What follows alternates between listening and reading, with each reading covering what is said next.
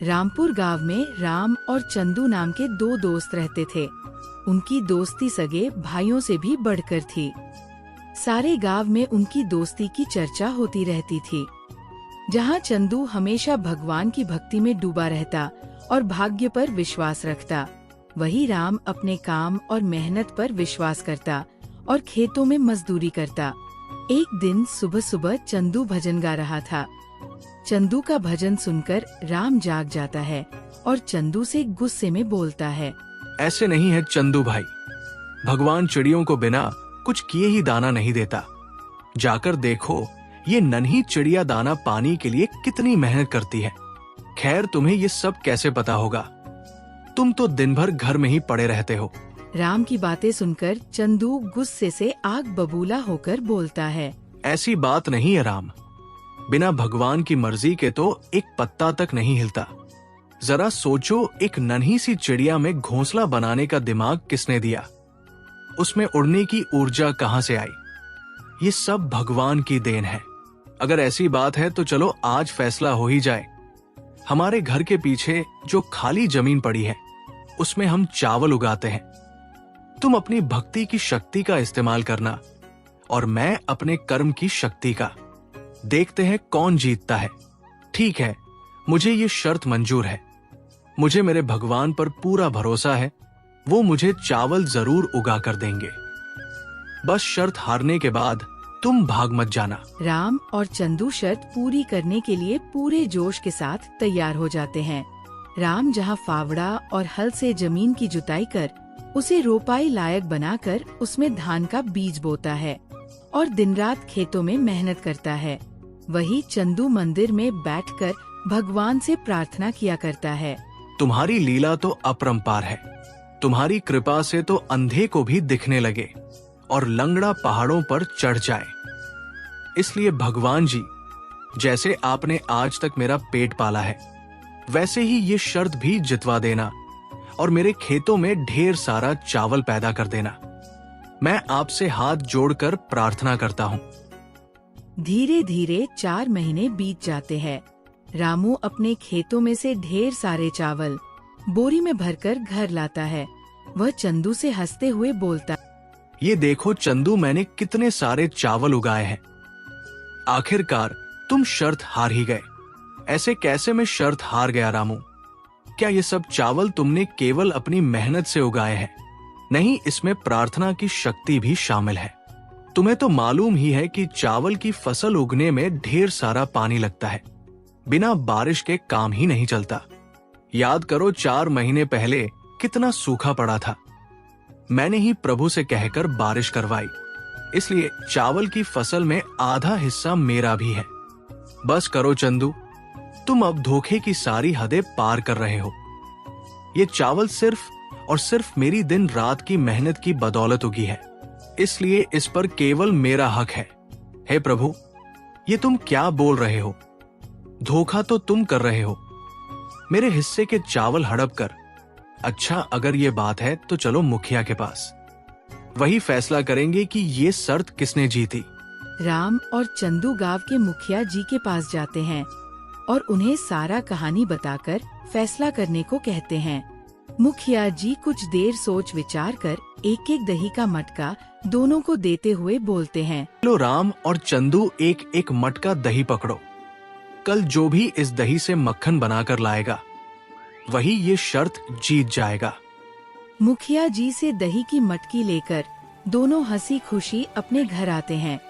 जहां राम दही का मक्खन बनाने लगता है, वही चंदू दही की मटकी भगवान के पास रखकर उनसे मक्खन बनाने की प्रार्थना करता है। हे भगवान, आपको तो मक्खन बहुत पसंद है ना? लीजिए, मैंने दही लाकर आपको दे दिया है। कृपया आप इसे मटकर इसमें से मक्खन निकाल दीजिए ताकि मैं मुखिया की दी हुई चुनौती। चंदू प्रार्थना कर दही की मटकी भगवान के पास रख कर सो जाता है। अगले दिन दोनों अपने अपने मटके के साथ मुखिया के पास जाते हैं। आओ राम और चंदू, मुझे तुम दोनों का इंतजार था। देखूं तो मेरी दही का किसने मक्खन बनाया है। पहले राम से शुरू कर। मुखिया जी राम के मटके पर से कपड़ा उठाता है। जिसमें दही की जगह मक्खन बना होता है। मुखिया जी ये देखकर बहुत खुश होता है। अरे वाह राम, तुमने वाकई बहुत मेहनत की है और एक ही दिन में मक्खन तैयार कर ली। चलो चंदू की। मुखिया जी चंदू की मटकी पर से भी कपड़ा उठाता है। चंदू की मटकी देखकर उसे आश्चर्यचकित हो जाता है, क्योंकि उसमें भी मक्खन ही भरा होता है। ये कैसे हो सकता है?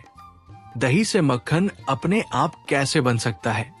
कहीं सच में तो चंदू के सारे काम भगवान नहीं करता। तभी चंदू हंसते हुए बोलता है, क्यों मुखिया जी, मान गए ना मेरी भक्ति की शक्ति। देखिए भगवान ने मक्खन बना दिए। जय हो लड्डू गोपाल की। हाँ चंदू, तुम्हारी भक्ति की शक्ति तो वाकई लाजवाब है। इस चुनौती में तो तुम दोनों ही पास हो गए हो। अब अगली चुनौती ये है कि मुझे अपने घर में पेंट करवाना है, जिससे मेरा घर सुंदर दिखे। तुम दोनों ही अपनी अपनी शक्तियों की मदद से मेरा ये काम कर दो। जो अच्छे से पेंट करेगा वही शर्त जीत जाएगा। राम और चंदू वापस से मुखिया की चुनौती पूरी करने में जुट जाते हैं। राम एक बाल्टी में रंग घोलता है और मुखिया जी का घर की दीवार पेंट करने लगता है। वही चंदू भगवान से प्रार्थना करता है। इस बार मुखिया जी पेड़ के पीछे से छिपकर सब देख रहा होता है। आज तो मैं पता लगा कर ही रहूंगा कि चंदू के सारे काम भगवान कैसे पूरे करता है।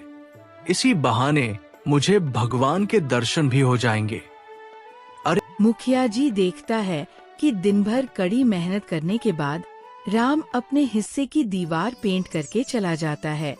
फिर थोड़ी देर बाद एक आदमी शॉल ओढ़े हुए आता है और चंदन के हिस्से की दीवार पेंट करने लगता है।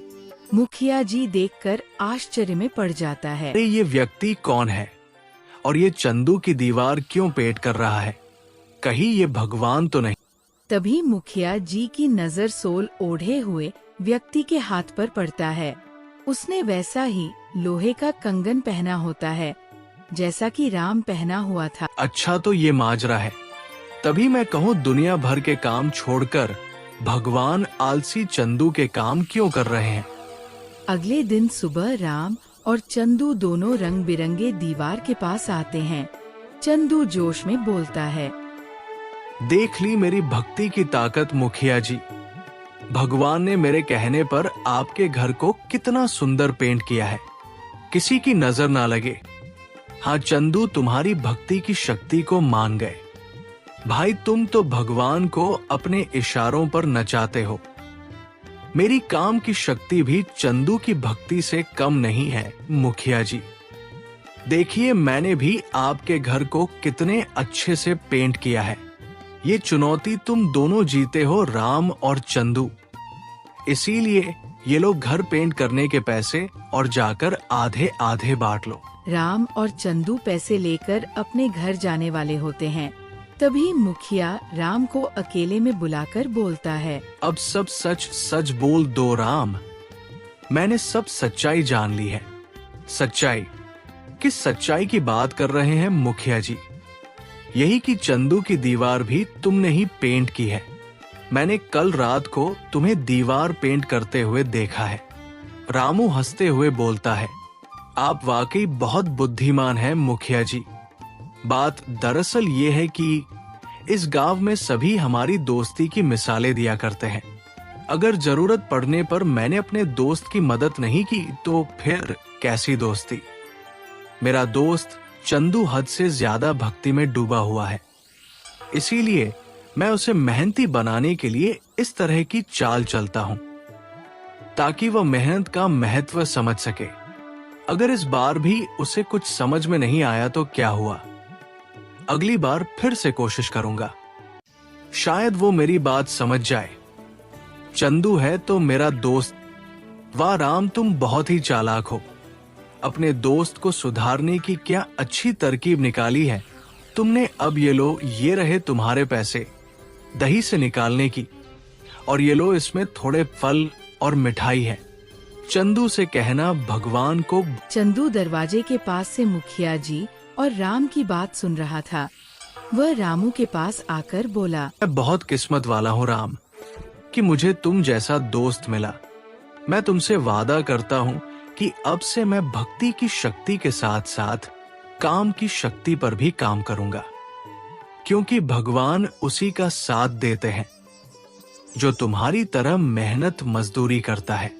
राम चंदू को गले से लगा लेता है। आखिरकार उसने अपने दोस्त को सही रास्ते पर ला ही दिया। मुखिया जी मुस्कुराते हुए दोनों को देखते रहते हैं।